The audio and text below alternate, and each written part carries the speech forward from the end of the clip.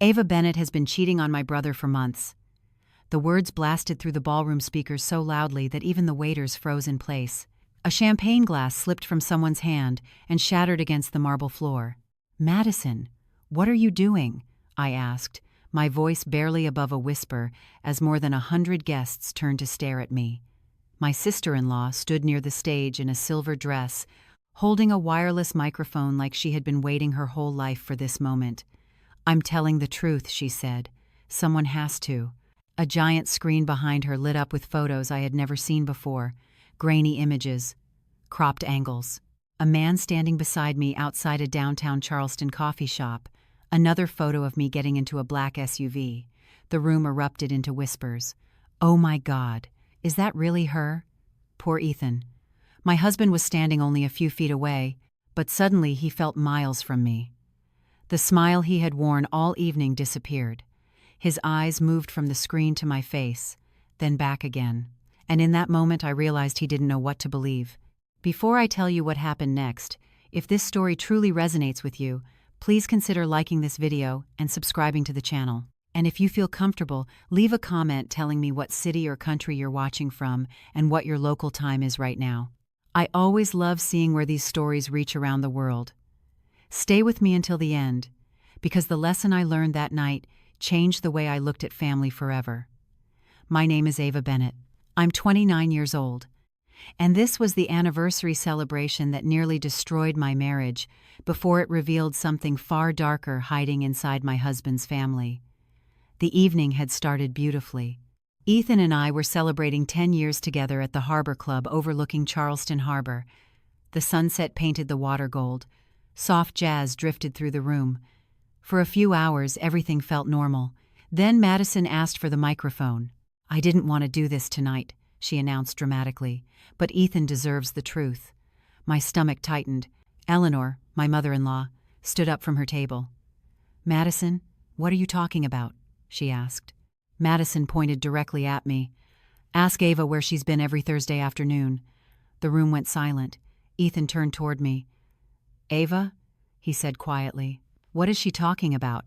I looked at him, really looked at him, waiting for him to laugh, waiting for him to defend me. Instead, I saw uncertainty, just uncertainty. The photos continued scrolling across the screen behind Madison. More whispers, more judgment, more strangers deciding who I was. I slowly reached for the stem of my wine glass and noticed my hand trembling. Not from fear, from realization, because one of those photos showed something Madison never should have had access to. And the second I saw it, I understood that this wasn't simply a false accusation. Someone had been watching me for a very long time. And suddenly, a secret I had been quietly investigating for months became far more dangerous than I ever imagined. The whispers around the ballroom faded into a dull hum as I stared at that photo on the screen. Everyone else saw evidence. I saw a clue. The angle was wrong. The distance was wrong. Whoever took it had access to a place very few people knew about. As Madison continued speaking, my mind drifted somewhere else entirely, back to the first time I realized how differently she and Ethan had been raised. The Bennett family lived in a beautiful 2-story home just outside Charleston when Ethan and Madison were growing up. I heard the stories for years after we got married. Madison was always the center of attention, the favorite, the one everyone protected. One Christmas, Ethan showed me an old family photo album. Madison sat smiling beside a brand-new piano wrapped in a giant red bow. Ethan stood in the background holding a small box of socks. He laughed when he showed me the picture. Mom said Madison had talent and I would understand. I remember looking at him and asking, "Did that bother you?" He shrugged. "You get used to things after a while." But I never got used to it, especially after I became part of the family. During our first Thanksgiving after the wedding, I spent 8 hours helping Eleanor prepare dinner. I basted turkeys, folded napkins, and arranged centerpieces while Madison arrived 20 minutes before guests showed up. Eleanor hugged her immediately. "There is my beautiful girl." Then she looked at me and said, "Ava, can you bring more ice from the garage?" It was always small things, small enough that nobody else noticed, large enough that I did. A few years later, during a family barbecue, Madison spilled sweet tea across a table full of food. Eleanor laughed. Accidents happen. 20 minutes later, I accidentally dropped a serving spoon. The same woman sighed and said, "You really need to pay more attention." I never argued. I never complained. I told myself family dynamics were complicated. Then 6 months ago, something changed. I was leaving the Bennett house after Sunday dinner when I walked past the upstairs hallway and heard Madison's voice behind a partially closed door. "She still has no idea," she said quietly. Another voice answered, too low for me to recognize. I stopped for only a second before continuing down the stairs. At the time, it felt insignificant. Standing in that ballroom now, watching another fabricated photo appear on the screen, I suddenly realized that conversation might have been the beginning of everything. The first real shift happened 4 months before that anniversary night. My event design firm had just been selected to lead the restoration and launch gala for a historic waterfront property near Charleston Harbor. It was the biggest contract I had ever won. I still remember sitting in my office staring at the email for nearly a minute before reading it again. Then a third time, my assistant Lauren looked over my shoulder and laughed. "Ava, are you breathing?" I laughed too, barely. That project put my work in front of developers, investors, and local business leaders from across South Carolina. For the first time, people outside my immediate circle were paying attention. The first sign of trouble came at a family dinner a few weeks later. Richard asked about the project. Before I could answer, Madison jumped in. "It is just decorating parties, right?" she said with a smile. A few people chuckled. Normally, I would have smiled and changed the subject. That was my old habit. Make things comfortable, keep the peace. But that night I did something different.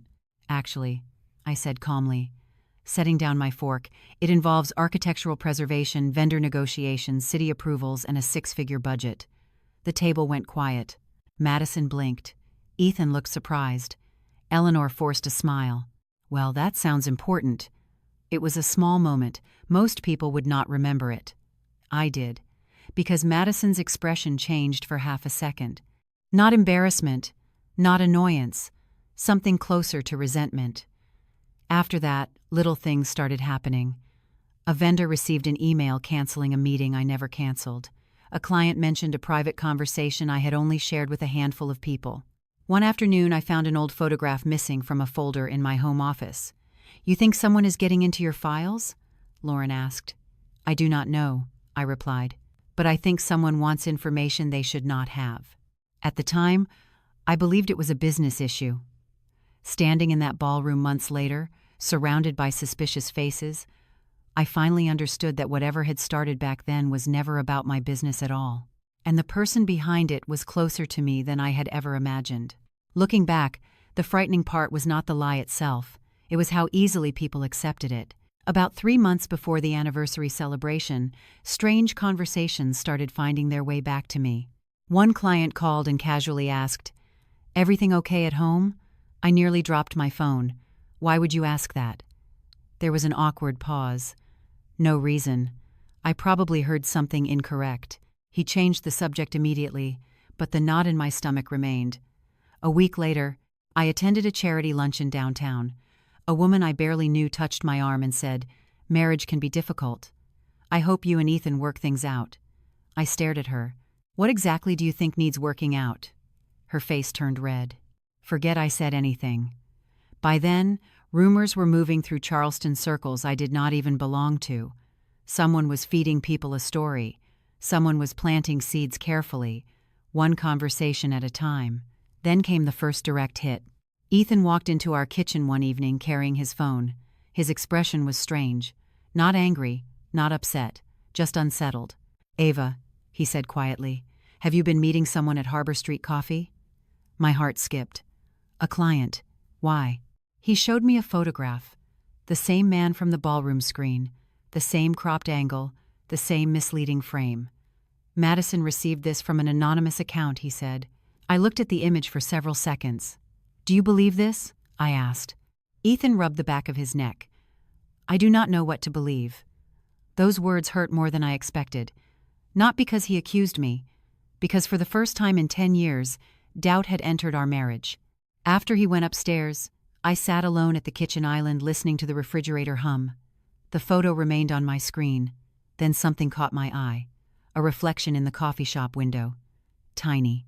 easy to miss. But it was there. A person holding a phone, watching, photographing, following.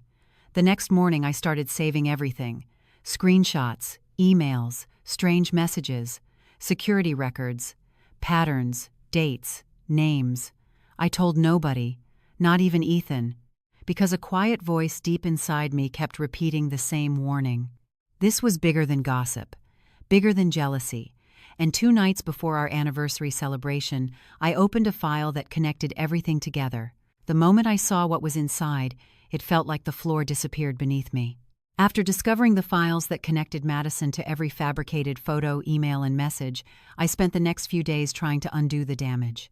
I called Ethan over and over, my voice low and steady. "You have to look at this. I am telling you the truth." He would nod, but then the calls would drop, or he would be called into meetings at work. I sent emails with screenshots attached, annotated every detail. Subject lines read, "Evidence of tampering, please review before judgment, urgent, family matter." Every message was met with silence, or a reply as vague as, "I will look at it later." I even sent a handwritten note slipped under his office door, carefully describing dates and times when Madison had accessed my accounts without permission. "Ethan, you have to trust me," I wrote, folding the paper neatly. Days went by, no acknowledgement. At home, I left documents on the kitchen counter for him to see, strategically placing printed screenshots next to his morning coffee cup. "Did you see this?" I asked once, standing behind him. He glanced down and then looked away, saying nothing. I began leaving copies with Lauren, my assistant, in case something got misplaced, hoping a secondary confirmation might reach someone who would believe me. I reached out to the Harbor Street coffee vendor, explaining that a photo had been misused and asking for their logs, hoping timestamps could clarify the truth. Even they responded cautiously, unsure how much to reveal without legal complications. My messages to mutual friends were equally careful. "If you are asked, please tell them you saw nothing inappropriate. I need your support." Yet everywhere I turned, the story Madison had built continued to grow. Comments on social media hinted at the narrative she planted. A local acquaintance asked in passing, "Is Ava really involved with someone else?" And I felt the weight of every doubt. I sat in my living room one evening, surrounded by stacks of printouts, phone screenshots, and sticky notes mapping every piece of evidence. The sunlight fell at an angle that made the papers glow like accusations. I spoke softly to myself, tracing dates with my finger. "It is all here. They just cannot see it yet." By the end of that week, despite every effort, nothing had changed. Ethan's hesitation, Madison's charm with everyone else, and Eleanor's protective glance toward her daughter left me in a quiet isolation that I had never felt before, as if I were standing alone on the edge of a vast room with whispers echoing around me, and no one daring to acknowledge the truth. The week after Madison's accusations felt like walking through a fog I could not escape. Ethan barely looked at me, his eyes avoiding mine at every chance. I would set the table for breakfast, and he would slide past, murmuring, "I need space," as though my presence alone was a question mark over his life. I called my parents once, my voice cracking slightly. "Mom, I do not know what to do." "They believe her." She hesitated, then said, "Sweetheart, sometimes people see what they want to see." Her words were meant to comfort, but only reminded me that even those who should support me were distant. Nights were the worst. I would lie in bed beside Ethan, our fingers barely touching, and I would whisper, "I am still here," though I knew it was just me speaking into a wall of uncertainty. A voicemail from Lauren brought a brief reprieve. I checked the Harbor Street logs. "Your dates match, Ava. Nothing irregular." I listened to it 3 times, feeling a flicker of relief, but it was fleeting. In the living room, printouts of Madison's own messages stared back at me, evidence she could not control, yet nobody else would look. Eleanor had begun questioning me subtly at dinner parties, her eyes cold, measuring. "Are you sure you understand family protocols, Ava?" she asked once, voice sweet but sharp. I nodded, remaining silent, my heart hollow. Even Ethan hesitated to defend me, offering only small reassurances that rang empty. I realized that for the first time in my life, I had been fully isolated, surrounded by whispers, assumptions, and the weight of falsehoods I could not yet dispel. I walked past our anniversary decorations, noticing the delicate string lights reflected in the glass, and I felt the sharp ache of being invisible to those who mattered most. That night I sat alone at the harbor-facing window, the water calm, the lights flickering, and I whispered to myself, "This is the bottom. This is the place where everything I thought was secure has disappeared." And in that quiet, I finally felt the first stirrings of clarity, a hint that even at the lowest point, the path to reclaiming truth and dignity could begin. The next morning, I stopped waiting for someone else to save me. I woke up before sunrise, made coffee, tied my hair back, and drove to a project site on the edge of Charleston, where an old waterfront building was being transformed into an event venue. The air smelled like fresh lumber and salt water. Workers were already unloading materials from trucks. "Morning, Ava," one of the contractors called out. "We need your approval on the ballroom lighting." I nodded and walked straight inside. For the first time in weeks, nobody looked at me with suspicion. Nobody asked personal questions. They simply expected me to do my job. So I did. I reviewed plans, negotiated delivery schedules, and solved problems one after another. By noon, I realized something important. While my personal life felt frozen, my abilities had not disappeared. My value had not disappeared. Lauren noticed the shift immediately. "You look different today," she said as we sat on folding chairs eating sandwiches from a local deli. "Different how?" I asked. She smiled. "Like you finally remembered who you are." That afternoon, a developer from Savannah called unexpectedly. "We have another restoration project coming up next year," he said. "Your name came highly recommended." I glanced at the harbor through a dusty window. I would love to hear more. Opportunities kept appearing, small ones at first, then larger ones. I accepted every meeting, every challenge, every chance to build something. At home, things remained distant. Ethan spent longer hours at work. Conversations stayed brief, but something inside me had changed. One evening he watched me organizing project proposals at the dining room table. "You have been busy lately," he said. "I have," I replied. He stood there for a moment. "You seem stronger." I looked up from my laptop. Maybe I stopped waiting for permission. He had no answer to that. Later that night, after everyone else was asleep, I opened the evidence folder again. Instead of feeling overwhelmed, I felt focused. Then I noticed something I had missed before. A timestamp, a location marker, a detail so precise it connected two separate pieces of information together. I leaned closer to the screen, and for the first time, I realized the truth might be even bigger than I thought. Over the next several weeks, I stopped measuring my life by who believed me and started measuring it by what I was building. The waterfront restoration project finished ahead of schedule. The opening gala sold out. Local magazines featured photographs of the ballroom overlooking Charleston Harbor, its restored windows glowing against the evening sky. My name appeared in the article credits, not hidden in the middle, right at the top. One morning I arrived at my office and paused outside the glass entrance. The new brass sign had been installed overnight. Bennett Event Design Group, founder and creative director, Ava Bennett. I stood there for a moment longer than necessary. Not because of the title, because I remembered every year I had made myself smaller to keep other people comfortable. Inside, Lauren handed me a folder and grinned. "Congratulations, boss." I laughed. "You have been calling me that for years." "Yes," she said. "But now everyone else is too." The confidence did not arrive all at once. It showed up in small ways. I stopped apologizing before sharing ideas. I stopped doubting my own judgment. During a meeting with investors from Charlotte, one executive asked, "Who approved this redesign strategy?" Lauren pointed directly at me. She did. The room turned. I met their eyes and explained every detail without looking at my notes once. By the end of the meeting, the lead investor smiled. That is exactly the kind of leadership we were hoping to find. On my desk sat a simple silver nameplate. Nothing extravagant, just my name and title. Yet every morning when sunlight crossed the metal surface, it reminded me of something important. Nobody had given me that position. I earned it. One evening, as I locked up the office, my phone buzzed. A notification from the evidence folder I had synced to secure cloud storage. Someone had accessed one of the old files again. I stopped walking. The timestamp appeared on the screen. The location appeared seconds later. My heartbeat slowed instead of speeding up, because this time I knew exactly what I was looking at.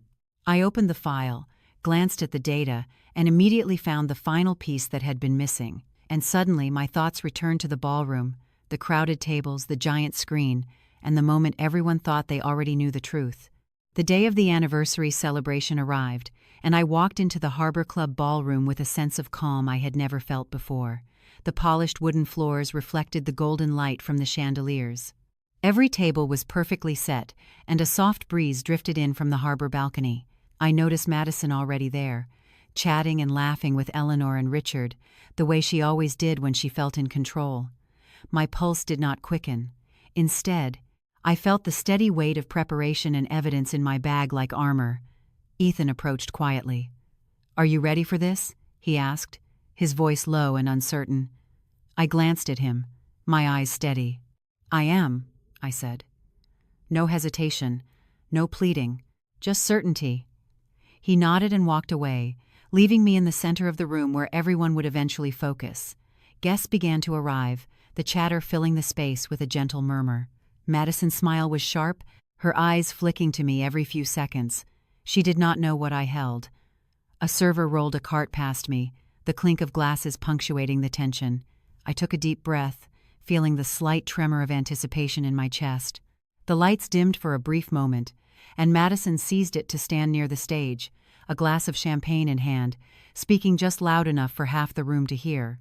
"Before we begin," she said with a sly glance, "there are things everyone should know about tonight." My lips pressed together. I felt the history of manipulation, of lies stretched across months, solidifying in the room. Every whisper and sideways glance seemed to settle like dust. Guests' eyes shifted nervously, unsure which version of the story to believe. I felt the familiar surge of tension in the pit of my stomach, the exact same place that had tightened months ago when photos were misused, messages faked, and doubt planted. My hand brushed against the bag holding my phone, the device that contained every truth Madison believed she could hide. I looked at the screen on the stage, then back at Madison. A single nod from me to myself, and the room felt quieter, almost holding its breath. The soft murmur of guests, the clatter of silverware, even the distant horn of a harbor boat seemed to pause. I stepped slightly forward, poised, the evidence ready to speak before I did. And just as Madison began her next sentence, one that was meant to seal her control over the room, I realized it was finally my turn to shift the balance. Madison lifted her chin and smiled at the crowd as if the evening already belonged to her. "Some people are very good at pretending," she said. Before she could continue, I reached into my bag and pulled out my phone. "You are right," I said calmly. The room went still. Madison laughed softly. "Ava, this is not helping." "No," I replied. "It is." I tapped the screen and selected a file. A second later, the television behind her switched inputs. Several guests turned in surprise. Madison's smile faltered. The first image appeared. Not a photograph. A login record. Date. Time. Device identification. Then another. And another. A timeline stretched across the screen. "What is this?" Eleanor asked. "A record of who accessed private files connected to me over the last 6 months," I answered. Madison folded her arms. "Anyone could make that." "That is true," I said, "which is why I also brought the verification reports." I displayed documents from the cloud security provider, then location data, then access confirmations tied to a single device. Richard stepped closer to the screen. Ethan did the same. Nobody spoke. Madison's confidence was slipping now. "This proves nothing," she said. I nodded. "Not by itself." I opened the final folder. The room watched as a series of messages appeared.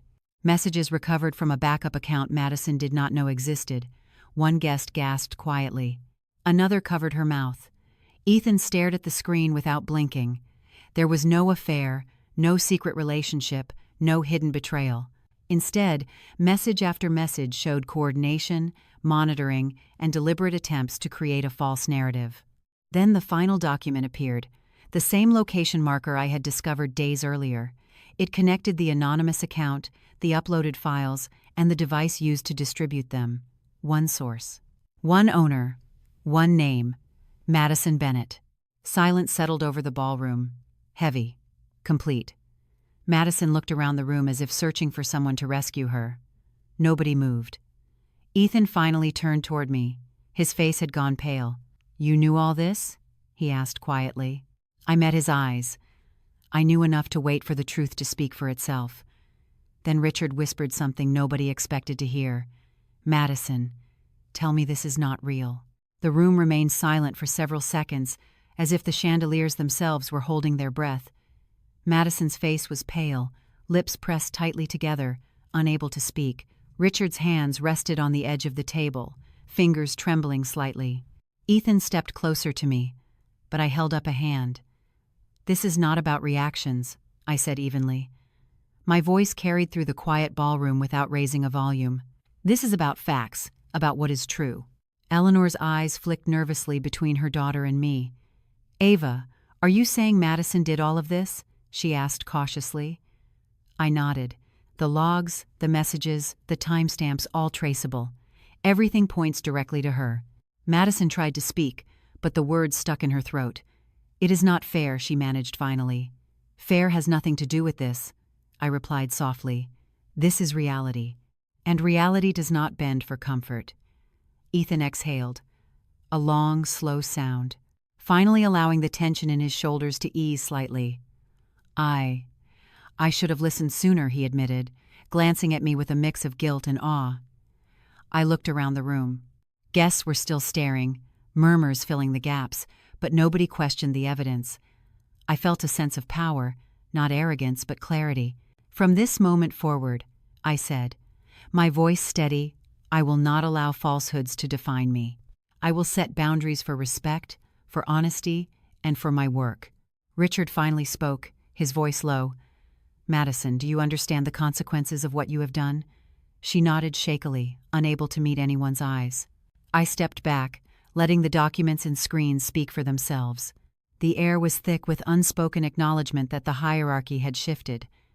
I had reclaimed control, but the echoes of betrayal and the weight of weeks of doubt remained. Even as I straightened the sleeves of my blazer and looked around the ballroom, I knew that tonight's revelations were only the beginning of a long reckoning, one where the balance of trust, family, and respect would need careful rebuilding.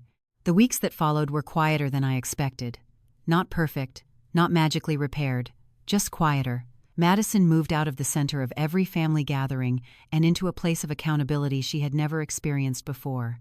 Eleanor stopped making excuses and started asking difficult questions. Richard became more thoughtful, often sitting in silence before speaking. As for Ethan and me, trust did not return overnight. Real trust never does. It returns one honest conversation at a time, one difficult truth at a time, one choice at a time. Some evenings we sat on our back porch, overlooking the water without saying much at all. Other nights we talked for hours. "I should have trusted you," he told me one evening as the sun disappeared behind the harbor. I looked at the fading orange light across the water. "You should have trusted yourself too," I answered, because the truth was always there. My business continued to grow. New projects arrived. New opportunities followed. But the greatest change was not professional. It was personal. For the first time in years, I stopped measuring my worth through other people's approval. I stopped shrinking myself to make uncomfortable people feel comfortable. I stopped explaining my value to people determined not to see it. One afternoon, I returned to my office after a meeting and noticed the silver nameplate on my desk catching the sunlight, founder and creative director. Months earlier, it had represented success. Now it represented something else. Ownership. Not of a company, ownership of my own life. Looking back, the biggest lesson was never about betrayal. It was about awareness. Sometimes your intuition notices what your heart is not ready to accept. Sometimes the quiet voice inside you sees danger long before your eyes do. I believe God gives us those moments for a reason. Not to make us fearful, but to help us pay attention. If you are listening to this story while carrying your own hurt, your own confusion, your own disappointment, I want you to know something. You do not need someone else's permission to value yourself. Protect your peace. Protect your finances. Protect your emotional well-being. Keep records. Pay attention to patterns, trust actions more than words, and never let another person's story become the definition of who you are. Healing is not always dramatic. Sometimes healing looks like waking up one morning and realizing you no longer need to prove your innocence to people committed to misunderstanding you. Thank you for spending this time with me and allowing me to share one of the hardest chapters of my life.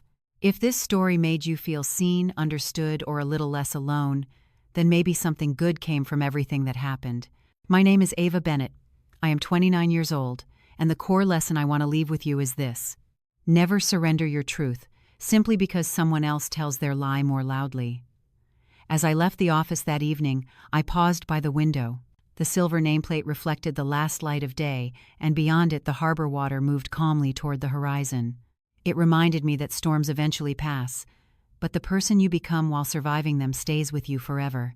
If this story resonated with you, feel free to share your thoughts in the comments, tell us where you are watching from, and subscribe if you would like to hear more stories like this.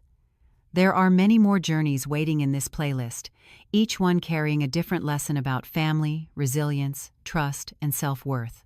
Somewhere among those stories, you may find a piece of your own. And if you decide to stay a little longer, I would be honored to share the next one with you.